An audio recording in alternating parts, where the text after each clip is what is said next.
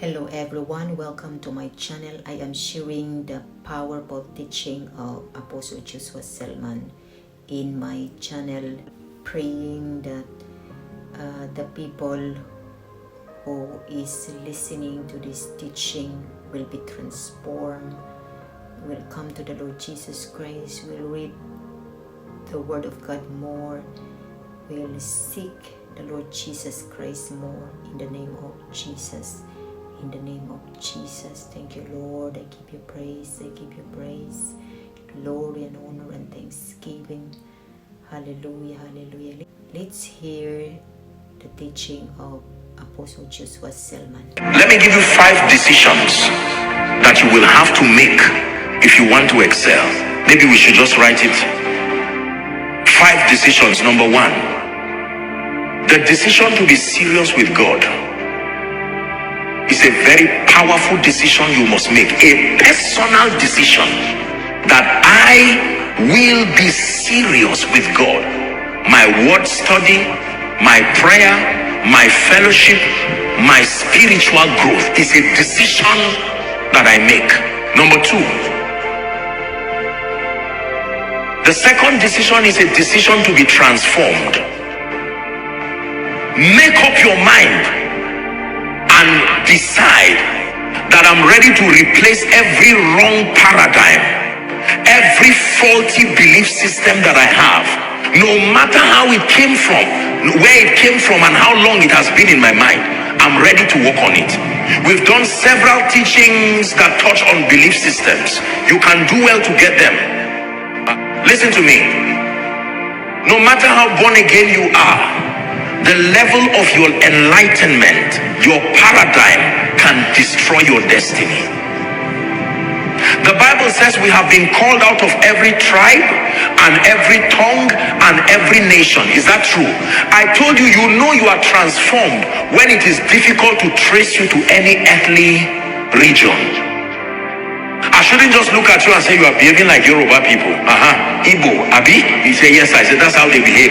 Or you are a northerner. From where? And I help you not by prophecy, by the implication of your character, your behavior. I help you suggest where you are coming from and get it with accuracy. If you are transformed, I should be so shocked when you tell me where you are coming from, territorially speaking, because you have embraced another set of values, a belief system that is far superior to any race or any culture on earth. The only place I should be able to associate with you is heaven. I should be shocked when you tell me you are Yoruba, or you are Igbo, or you are Hausa, or you are South, or you are American, or you are British.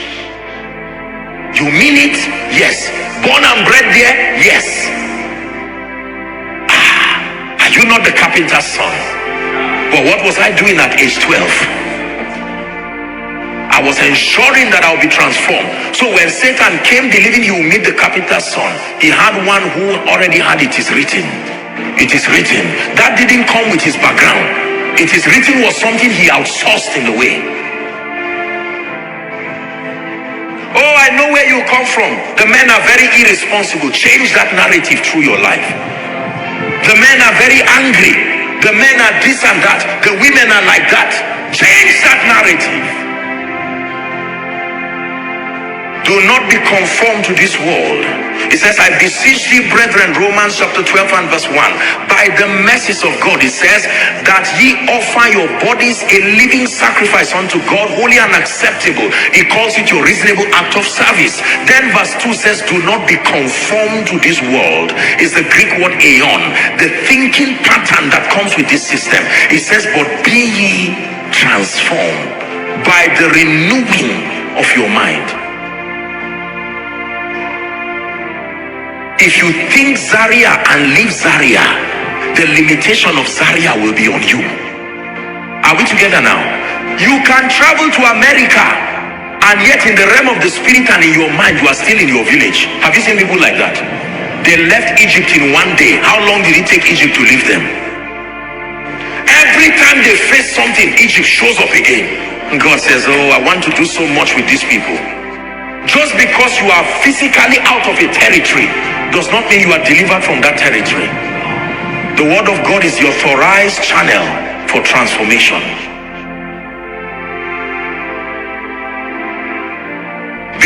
So from one room, you turn to Deuteronomy 28 and verse 1, and here's what it says to your destiny. It shall come to pass, if thou shalt diligently hearken to the voice of the Lord thy God, to do and observe all that is written there. It says that you will be exalted above all the nations of the earth, and that these blessings will come upon you and overtake you. I believe that right from where you are, God can lift you and give you a voice that the nations will hear, without faking it.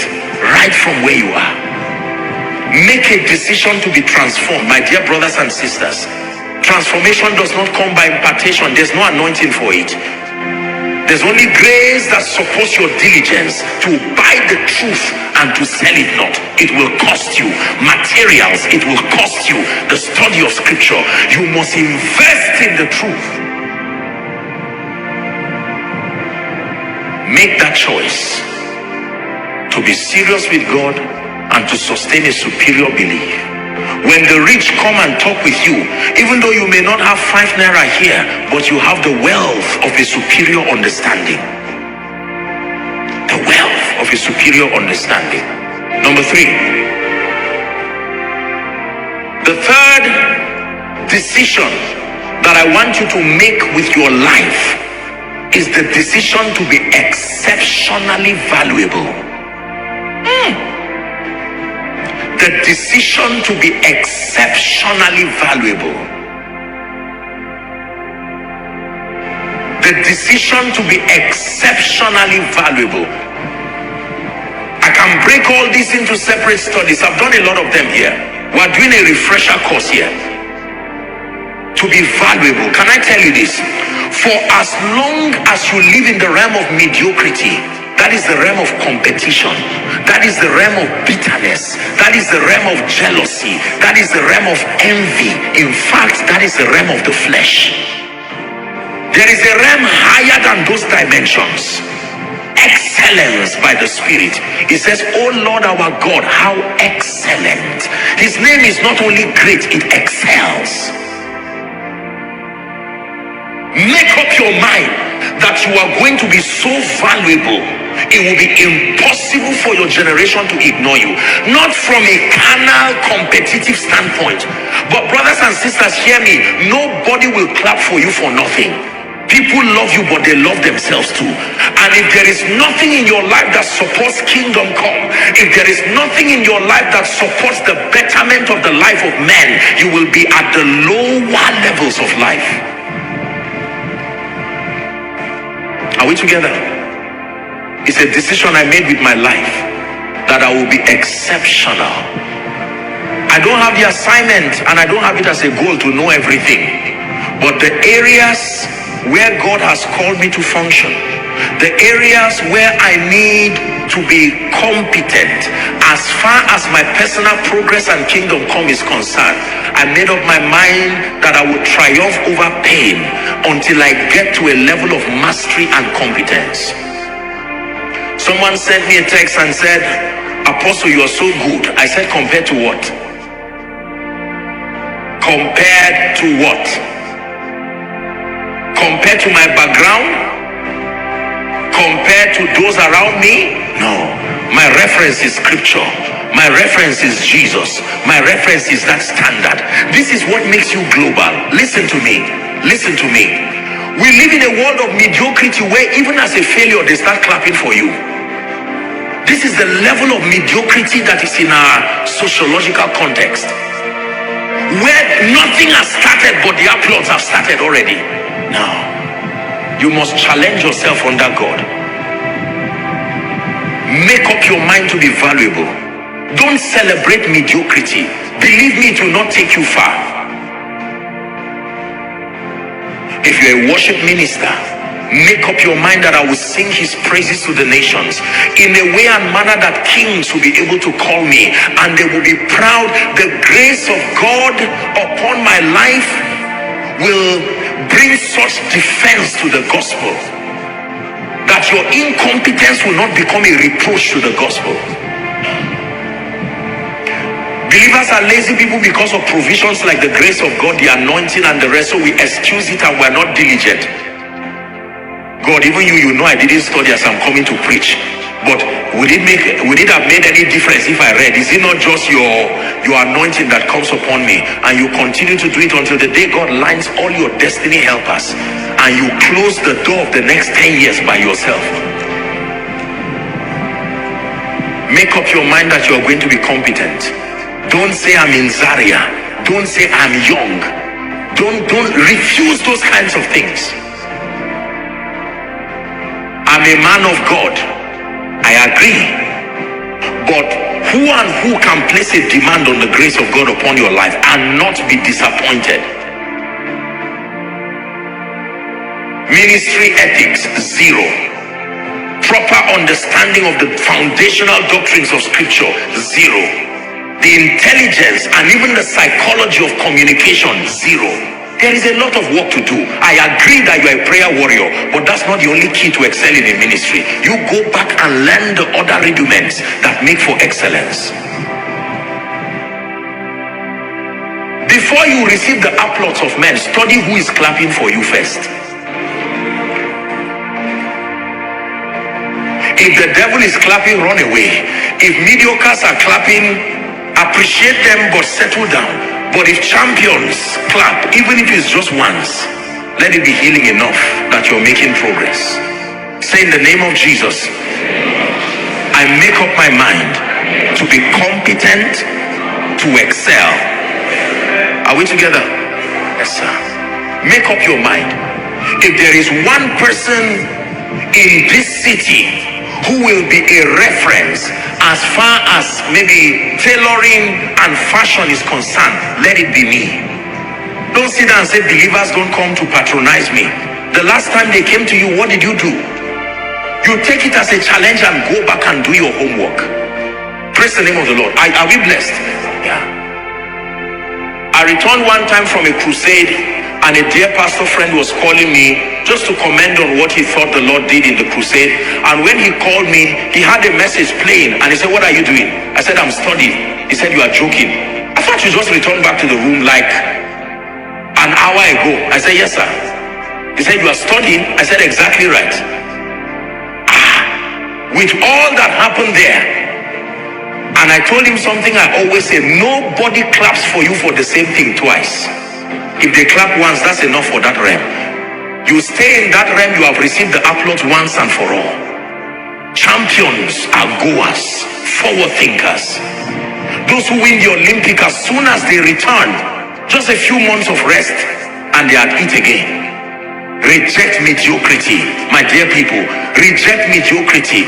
You sang when they invited you in a church, you went off key, you didn't even remember how you started and how you finished, and someone outside who is your relative will tell you well done no matter what you do because they love you. But you must be honest and assess yourself, not condemn yourself. I can be better, but this is not the best.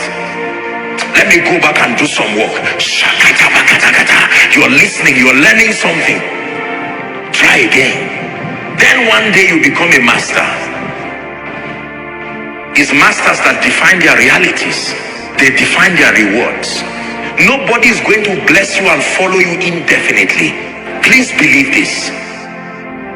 You know you are leading when someone is following you. It's in you, Lord. It's in you, Lord. I know. Listen. Find out how results are produced. Find out how things work. Find out. How does a church grow? How do people excel? How does influence happen? How does grace come? How is it multiplied? The seed for an answer is a question. If you're not asking anything, you don't deserve an answer.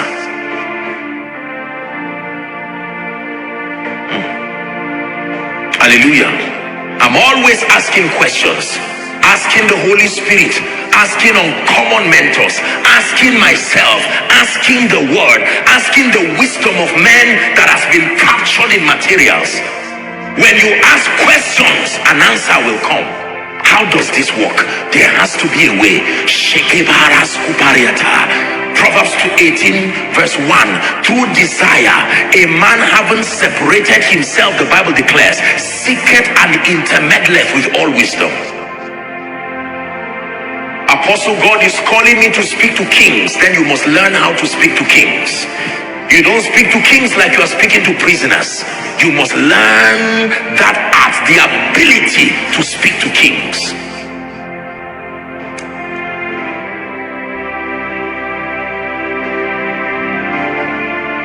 Next decision.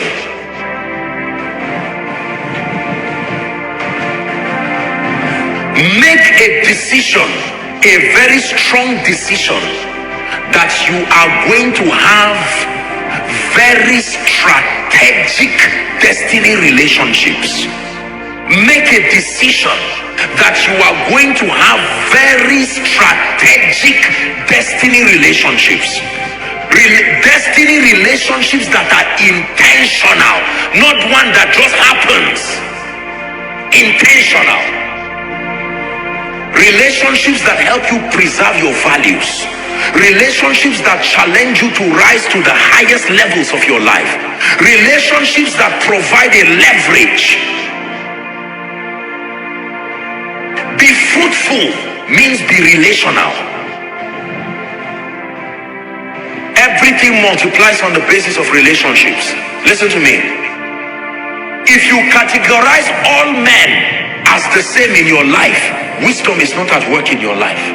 You should be able to write who are the top 5 men, in all honesty, who are the most useful individuals in your life so far.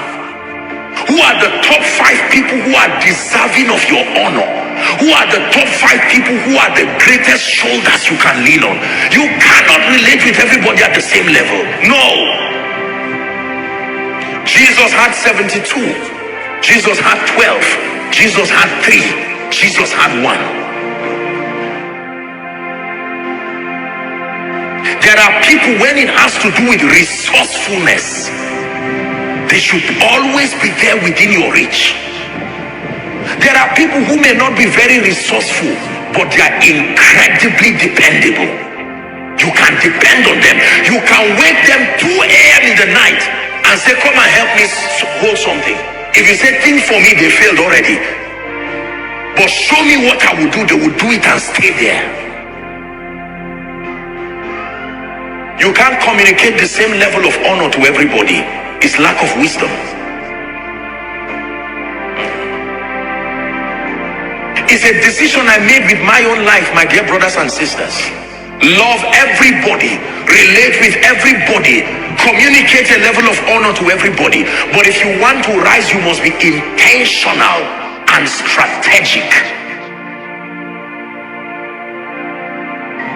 Who are the 5 people who inspire you spiritually as far as your friends and relationships are concerned? If all your friends are poor, broke, ungodly, unserious, imagine that. If there are 5 people around your life who are visionless and unserious, you didn't count well. There are actually 6.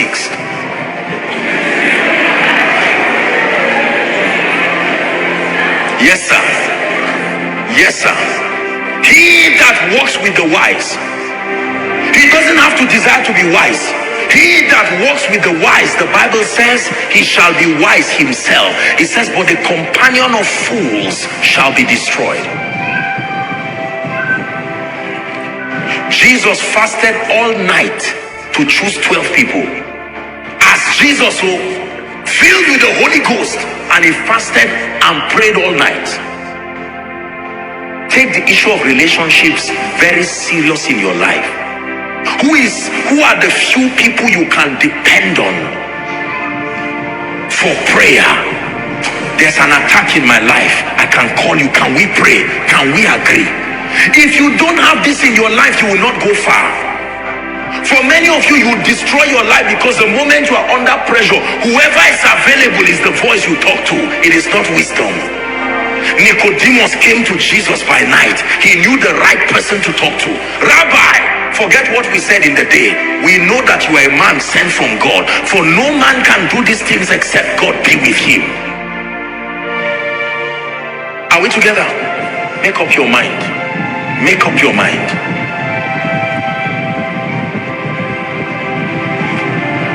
The Lord says, sow 5,000 naira. You just sit and say, who do I sow to? A, B, C, D, and it stops at any name and you just know. There's no discernment. There are people in my life who are ever deserving of honor. It's intentional. I know the grace and I know the role that they play in my life and my destiny. It's a decision you have to make. Woe betides a man who will look left and right and find out you are alone. The Bible says it is not good for man to be alone. You've heard me say it. It's not just talking about a woman. That when man is alone, it is risky. Because two are better than one. Then it says a threefold cord cannot be easily broken. That you must trust God to have at least one or two genuine strategic friends in your life by covenant, not emotion. Covenant is higher than emotion. Emotions vacillate. I like this, I don't like this. Covenant, you are bound by a revelation. We die together, we stand together. This is the principle of Jewish people, and this is what many non-Christians use. Is there any man in the house of Saul that I may show him kindness for Jonathan's sake? Is there somebody in your life today that if you desperately need money, like you know that, I'm not talking of borrowing, you actually can go to the person and say, please, you know I'm not lazy, there is a situation here, and the person can actually help you sincerely. If nobody likes you that much, pray for both favor and help us. Believe what I'm telling you. You may think I'm just entertaining you, but the days that come and as you rise, you will see the potency of this. If you have to work for everything by yourself, you're in trouble. There must be somebody who sees your life worthy enough to connect to. If nobody wants to come close to you, something is wrong with you. Something should happen to your life that someone should be able to look at you and say friendship is worth it with you. Don't just pray for destiny helpers, pray to be one first. It's a decision you have to make. A great decision. Many of the doors that will open to you in this life will open by relationship. Woe betides you when you stand and you are watching the corridors of your destiny with many people moving and there is nobody there who your life is worth their attention. There are people who may not have physical cash, but they have a wealth of relationships. There is somebody always remembering them for good. I remember 5 years ago what you did, come and I will lift you. Can I bless you? No, I don't need that blessing. Do you have a son or anybody around you that I will bless? There are people in political positions today not because of their competence. Relationships took them there. Even your spiritual growth is dependent on relationships. Believers, hear me, the easiest way to rise and succeed in life is through relationships. It's a decision you have to make in your life. If I ask you, mention 5 of your friends, do you have an answer? Or your answer is per week or per season? If they pay salary, it changes. There's no salary, it changes. If God opens a door, it changes. You are moving on a time bomb. I've had the honor and the privilege of interacting with a few fathers of faith in this nation by the grace of God. And one of their secrets is that their lives are bound in such secured covenants of relationships with a few friends they have, They know. Someone's car can spoil, and before he fixes it, the friend will send his car and say he should be using it until, and later it can even be, you will not even know who is the real owner of the car. I know someone whose house burnt. Before he got there, true story, his friend had moved his things to one of his houses and said, over my dead body that your house is. If you don't have this kind of people in your life, hear me, I'm giving you a prayer point. Go back and pray before you punish your children and your children's children. There must be somebody in your life who believes in you enough to die for you. Greater love had no man than this, than a man laid down his life for his friend. When I was in secondary school, there were friends called FFF, friend for food. When they visit you, you know this visiting day that they do, all of a sudden wicked seniors who flog you every time suddenly become nice and cautious because your parents are there. And some of these dangerous people may even be your own family members.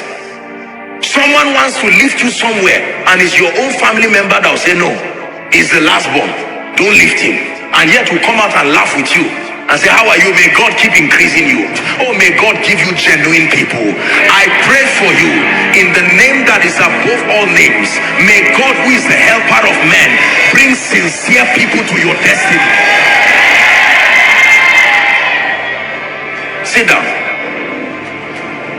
It's a decision you have to make.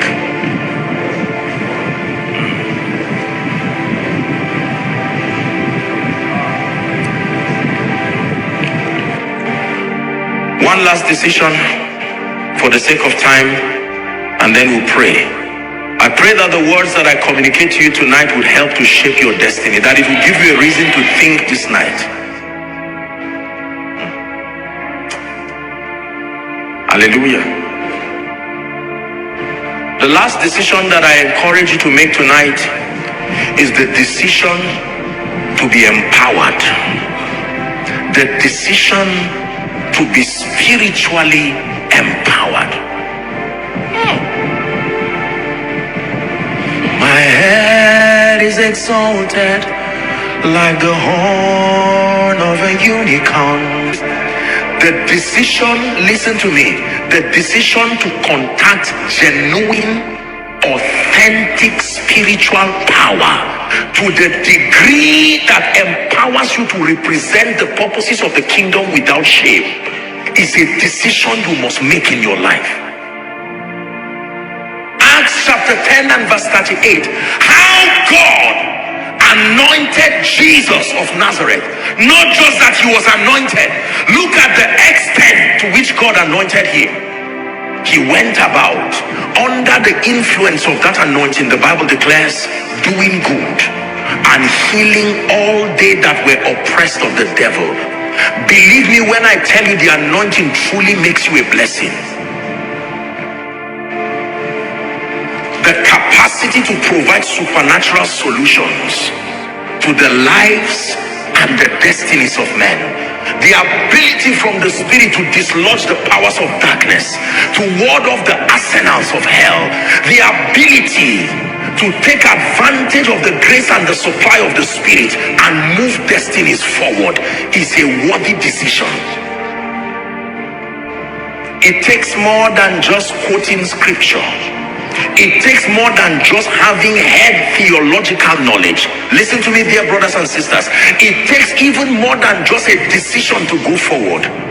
There must be an engracing of the Spirit, a smearing of that oil from heaven that can come upon a man and distinguish you, turning you not just to a worker of miracles, but to a sign and a wonder yourself. It says, I am the children that the Lord has given me.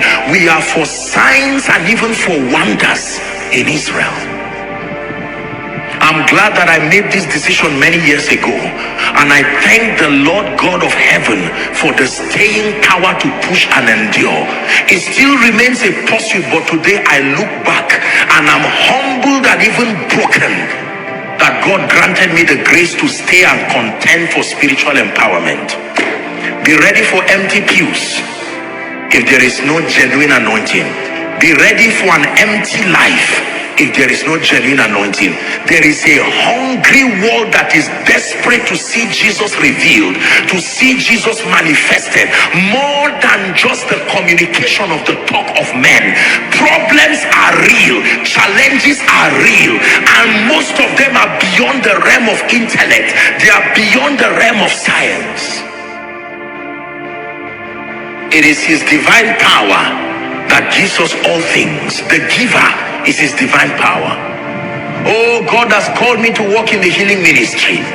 I beg you in the name of Jesus, and I beseech you, stay until you contend for grace that is genuine, that can really truly heal the sick. Tomorrow, several thousands of people will be here on this ground. Several thousands others will be connecting around the world, hoping and trusting that God will come through for them. We can make our boast in the Lord and say, come, God will heal you. Come, God will deliver you. But will it really happen to them? Someone right now is depending not just on Jesus Christ alone, but depending on your level of contention for grace, for their miracle. You literally have the power to make someone's challenge one day left, and it's gone. It says to appoint unto them that mourn. You can set a date for their liberty. What greater expression of love and kindness is more than that? God is calling you into the ministry of wealth and abundance. More than just your knowledge and sense of finances and business, do you really have the grace that empowers people? I became a spiritual archaeologist. I took my Bible and I sat down and I said, oh God of heaven, please do not send me with just a sermon.